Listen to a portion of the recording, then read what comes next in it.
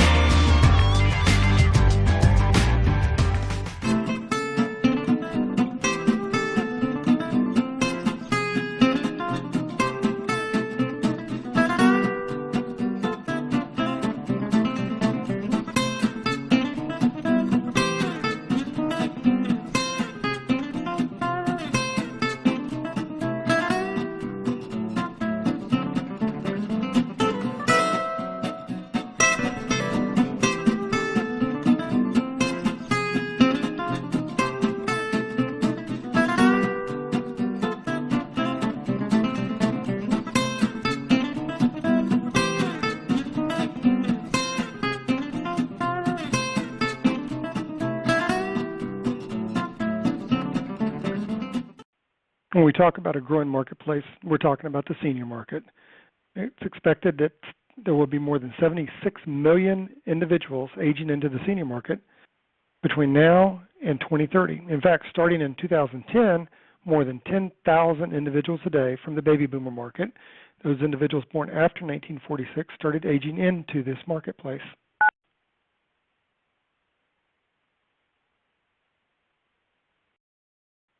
So what are the primary concerns the individuals in this marketplace have? Well, the primary concern is doctor's expenses, hospital expenses, prescription, and recovering at home after a procedure, or not leaving a financial burden to their family.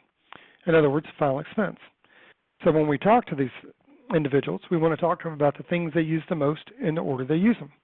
The question I would ask them is, when you think about managing your health care expenses, are you more concerned about your doctor's expenses, hospital expenses, prescription, recovering at home after a procedure, or not leaving a financial burden to your family? Whatever their answer is their dominant buying motive. And then you repeat the question again until you get done with each of these needs. Their answer will tell you what concerns them the most, and that gives you the opportunity to help them meet those needs. So if your client does not have final expense insurance and a death occurs, what choices do they have? Well, they could rely on their family or friends. They could spend down their personal assets, including their savings, which would leave the surviving spouse less money to live on. They could borrow money, or they could do what the baby boomer generation is accustomed to doing, and that is transferring financial risk to an insurance company. This group of individuals has a long history of experiencing life. They have lost houses, bought houses, had jobs, lost jobs, had kids, lost kids. They understand the value of transferring risk. So for them to transfer risk to an insurance company is something that's more normal than abnormal. The way we can help our clients is to encourage them to use discounted dollars to pay for future needs. In other words, these are predictable expenses. We already know they're going to incur these expenses. At some point, one of the spouses is going to pass away. We already know they're going to incur these final expenses. They can set aside premium dollars today to pay for these future expenses. And these premium dollars will actually be discounted dollars compared to the dollars that they would have to use if they didn't have it. So how do you address this need in a growing marketplace? Well, the way you address these needs is to start talking to your clients about the financial hazards that the death of a loved one will bring to them. And there's two primary financial hazards. The obvious one is the final expense gap. In other words, what money will they use to pay the final expense? The other financial hazard is the reduced income, and we'll talk about that in a minute. So when we think about the financial hazard of spending their savings on final expenses, if they don't have a final expense insurance plan, they'd have to borrow the money, they'd have to use cash, which reduces their ability to have that money available for future emergencies, and they don't have the resources to replace that cash. They're not working anymore. They might have to borrow, have their family pay for it, or you can reposition money that they currently have in their monthly disposable income and put into a final expense insurance plan. So what are some of the responsibilities of final expense? Well, let's look at what some of those costs are. Some things that bring expenses pre-funeral include ambulance, paramed fees, hospital emergency room charges, physician fees, and other unreimbursed medical expenses. Some funeral expenses your client has to consider at a time that could be the most emotionally devastating period of their life would be to spend money on professional service charges, transferring the decedent from where they passed away at to the funeral home, having a viewing facility for family and friends to come in, other preparations like the suit and clothing, flowers, the hearse, a casket.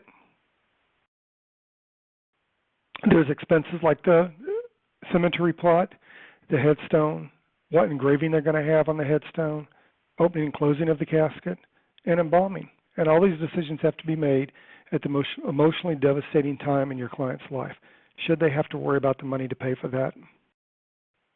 Then after the funeral, they have to start thinking about probate, miscellaneous estate expenses, other expenses, for example, family, friends, and relatives that come in from out of town, unpaid debts, credit cards, and other miscellaneous expenses. Would it be nice for them to be able to have the funds available to meet those needs so they don't have to worry about it? Then the other financial hazard that's still there for the surviving spouse is the reduced income at their spouse's death. When the spouse dies, if the male's 65 and the wife is 62, you fast forward 5 years and the husband passes away, then the wife has to worry about making a decision to either take her husband's Social Security, which is usually higher than hers, and giving her Social Security up, or keeping her Social Security, which is usually less. The reduced income can be financially devastating to the surviving spouse, often leaving them dependent on other family members or government program, in other words, welfare for help. So if a male is 65, we know that there's three things that the person retiring is going to do almost without exception. They're going to sign up for Social Security. They're going to automatically be enrolled in Medicare. And 80% are going to buy a Medicare supplement anyway.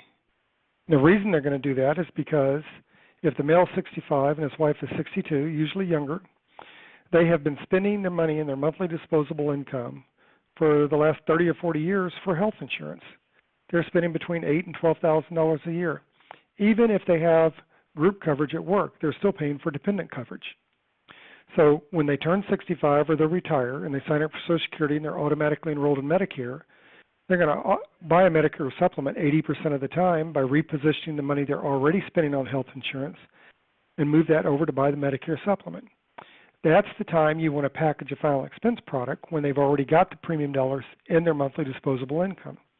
And when you do that, the spouse is going to need her own major med plan, which includes critical illness. And when she turns 65, she'll age into Medicare. But let's look at the finances. Nationally, the average Social Security retirement check is $1,609. The average retirement income from work is $1,200. With the wife's Social Security as an average of $900, you can go to socialsecurity.gov and check these figures.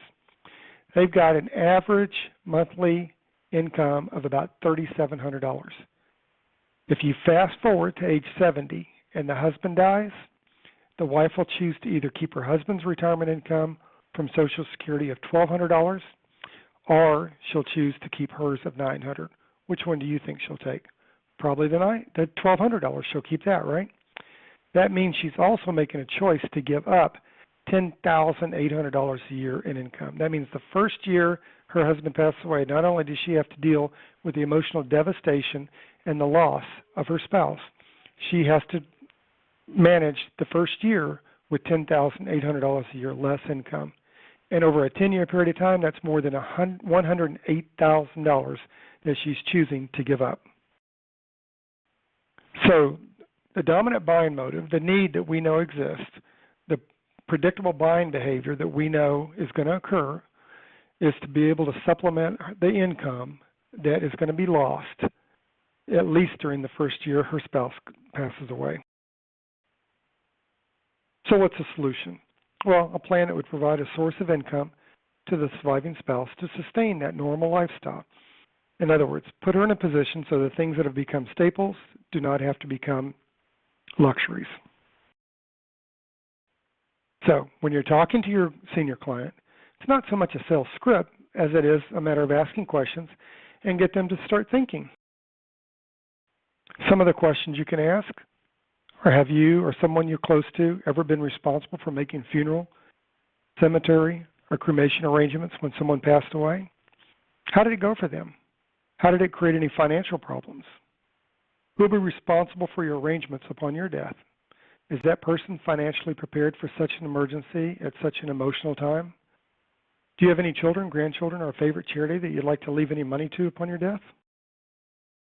Upon your death, does your spouse have enough savings to protect them against the immediate loss of your income? How much do you expect your funeral expenses to cost if you died today? How much do you think the same arrangements would cost if you lived to age 80 or 90?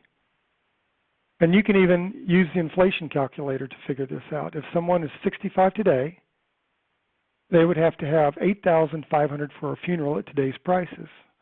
But that projects out to $18,624 if they lived to age 85, and $27,568 if they lived to age 95, figuring a 4% annual inflation. So do you realize that your bank accounts and assets are not available to your children immediately upon your death? Unless you have a joint account, which opens a whole other set of problems. Are you aware that there are final expense policies that can be paid with one single premium, an annual payment, an affordable monthly premium? Do you have any health conditions that have caused you to have been turned down for insurance coverage? Who would be the beneficiary of your insurance policy? If you don't take out a final expense policy, what alternative plan will you use for your family? So let's look at some of the features of a final expense program. The benefits do not decrease. The premiums do not increase.